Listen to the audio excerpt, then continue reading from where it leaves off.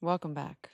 I've been thinking about humans' journey for connection, looking for meaning, something to explain the world around us and why it is the way that it is, why we're here. I think that's ultimately what religion perhaps is for. It almost serves as a framework to understand this mystery of life. It provides language to describe the ineffable, and they give us practices to feel grounded in the sacred, or even just in this reality, which you could say that all of reality is sacred. And I also think that religion and spiritual traditions in general are providing people a path to return to themselves, to return to union with God, to experience love. Now, I think everyone comes to religion or a various spiritual tradition for different reasons. Maybe they grew up in it. So it's not something that they really thought about. It was just kind of given to them, like, here's how the world works. I think other people are looking for community, so they go to religion or to churches for that purpose. But for those of us that are real deep seekers, wanting to understand, wanting to find meaning, it's this part of that religion is trying to give us a framework to understand reality, trying to describe, trying to put into words the things that can't be put into words. That's the part that interests me the most. And not everyone's going to want to go on a super deep spiritual journey. Some people just want to, go through life you could say just like a normal human being, not really thinking too deeply. They want to get here, they want to make money, they want to have a good time, and, they're done. So someone can do the rituals, someone can meditate, someone can pray, make it be almost surface level, and nothing wrong with that. Not everyone's here to dive deep.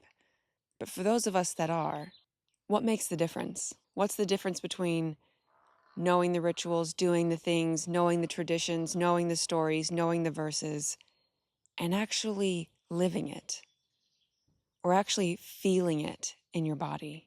Because anyone can meditate, A lot of people meditate nowadays just to relieve stress. They sit there and they breathe, and their stress melts away. Other people meditate to go inside, to investigate themselves, to connect with something greater. That's two very different types of meditation.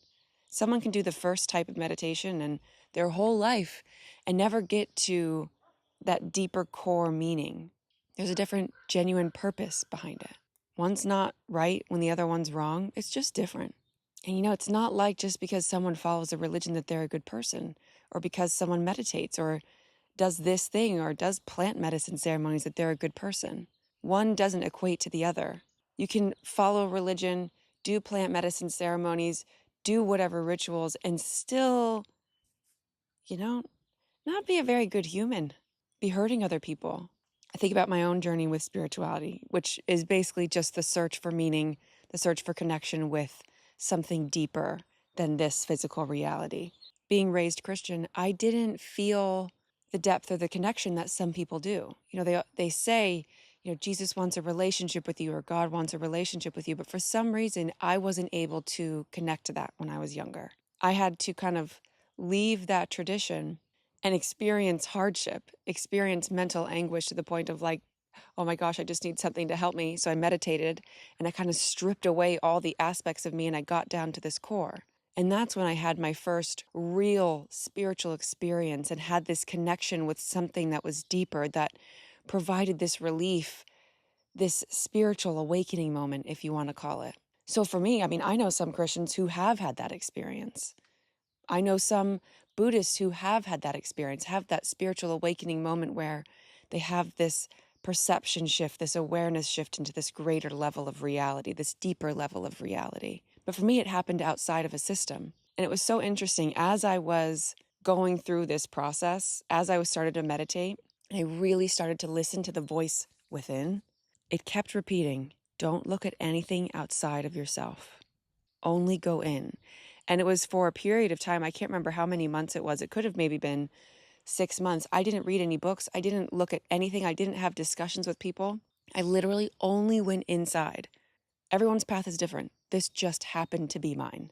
And I think it's because I felt so, let down, I think, by seeing contradiction between the religion and different verses not really matching up, or seeing people who followed this tradition where it was supposedly an unconditionally loving God and then they were justifying all these terrible acts or excluding certain people from different things, whatever. I think I was disappointed in it.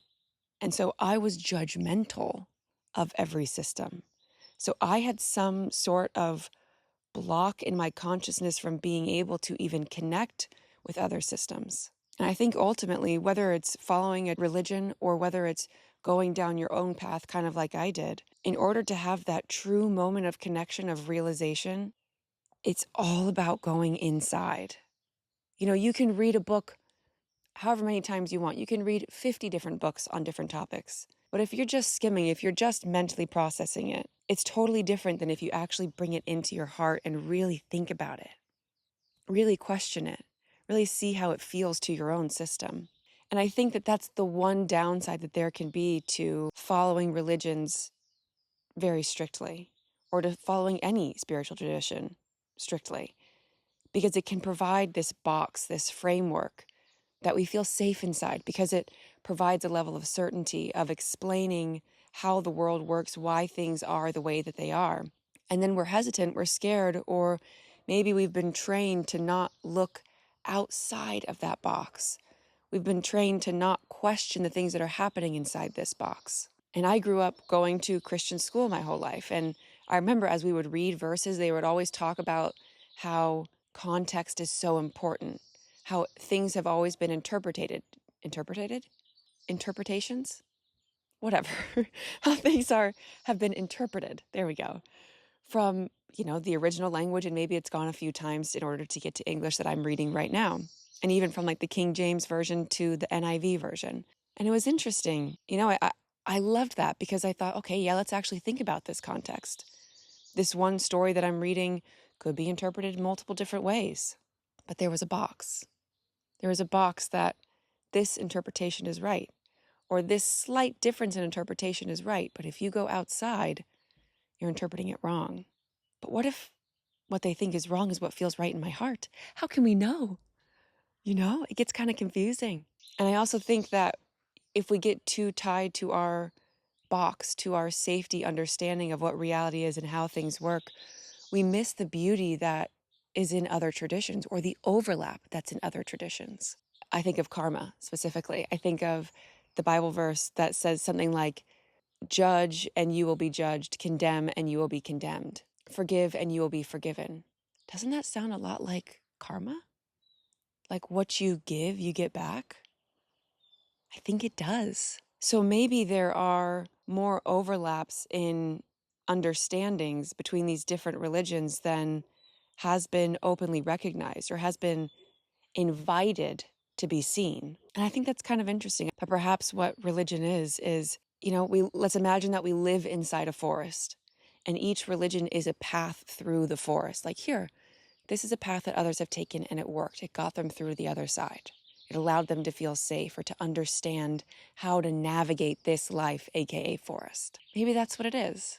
And there's going to be twists and turns in each one, and over time things get a little bit misconstrued perhaps. Maybe they straighten back out, but I think the purpose is, in order to live a truly spiritual life, it's going in and seeing what feels right to you. And I hope that we can find openness within ourselves to, we don't have to buy into other religions if you're a part of one, but to be able to hear someone else's perspectives, hear their beliefs, hear their traditions, and maybe look for, oh, that kind of sounds a little bit like this. Totally different language. Because after all, we are trying to find a language to describe the ineffable, the things that can't be described with words, things that can only be truly felt. I think about, sometimes I feel a little bit bad for people who think so logically and so literally, because there is so much wisdom, there's so much more depth to the things that are unsaid, to the things that are between each line, to the things that can be felt from the person who you're talking to rather than just the words that they're saying. And I think that goes with religion, with spiritual traditions, karma, and this other Bible verse that I mentioned, the kingdom of heaven is within you in Christianity, and however it's described in the other religions. It's saying similar things, but maybe we've been trained to not hear it. Because if that religion has some truth in it, what does that mean about the one that I follow? And I think that that could perhaps contribute to some of the division that we have. And I understand that we just want safety. We want an absolute system that is correct so that we can feel safe in navigating this world. But maybe part of life is being comfortable in the mystery, finding comfort in the mystery, finding so that we can be able to have discussions with people with different perspectives and find commonalities. I mean, we look at what's happening in the world and in communities and how there's so much division and so much hatred, but I think we all have so much more in common than we realize. And if we could just soften our hearts a little bit, ground our bodies and feel safe in it enough so that we can actually hear what the other person is saying, how that might change the world. There's many different ways to connect with the sacred and with the divine.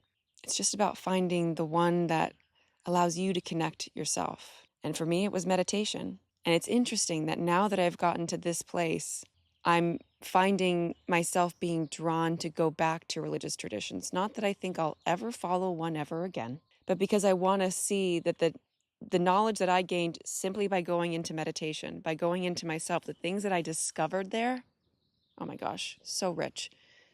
But how does that compare to what's in religions? Whether it's Christianity, Buddhism, Hinduism, any of those other things, what are the traditions that are similar to what I experienced? And can I find commonalities between these different traditions? I think that's a really interesting thing that I'm interested in. Someone gifted me a book called The Universal Christ by Richard Rohr, a Catholic priest. And at first I was like, I don't know if I'm interested in this. But I read it. And oh my gosh, the way that it reframed Christianity, the way that it reframed so much of the Bible for me, the way that it aligned with so many of the things that I had discovered just by going inside was remarkable. And that's what I think sometimes once you connect in a certain way and looking at different traditions, seeing all these different ways that people describe reality, ways to connect, how things are, what God is, what your connection to the world around you is. I think that's when it gets really fun. That's when it gets exciting to be like, oh my gosh, I know that. Oh, what an interesting way to phrase that. It gives us new language to be able to describe the experiences that we've had. So that's just my encouragement for today is find your own path. And whatever path you take, make sure that you're being a genuine, just be really intentional with it. Think deeper on it. Don't just go surface level, but go deep. If you're really looking for that connection, if you're really looking for meaning, go deeper.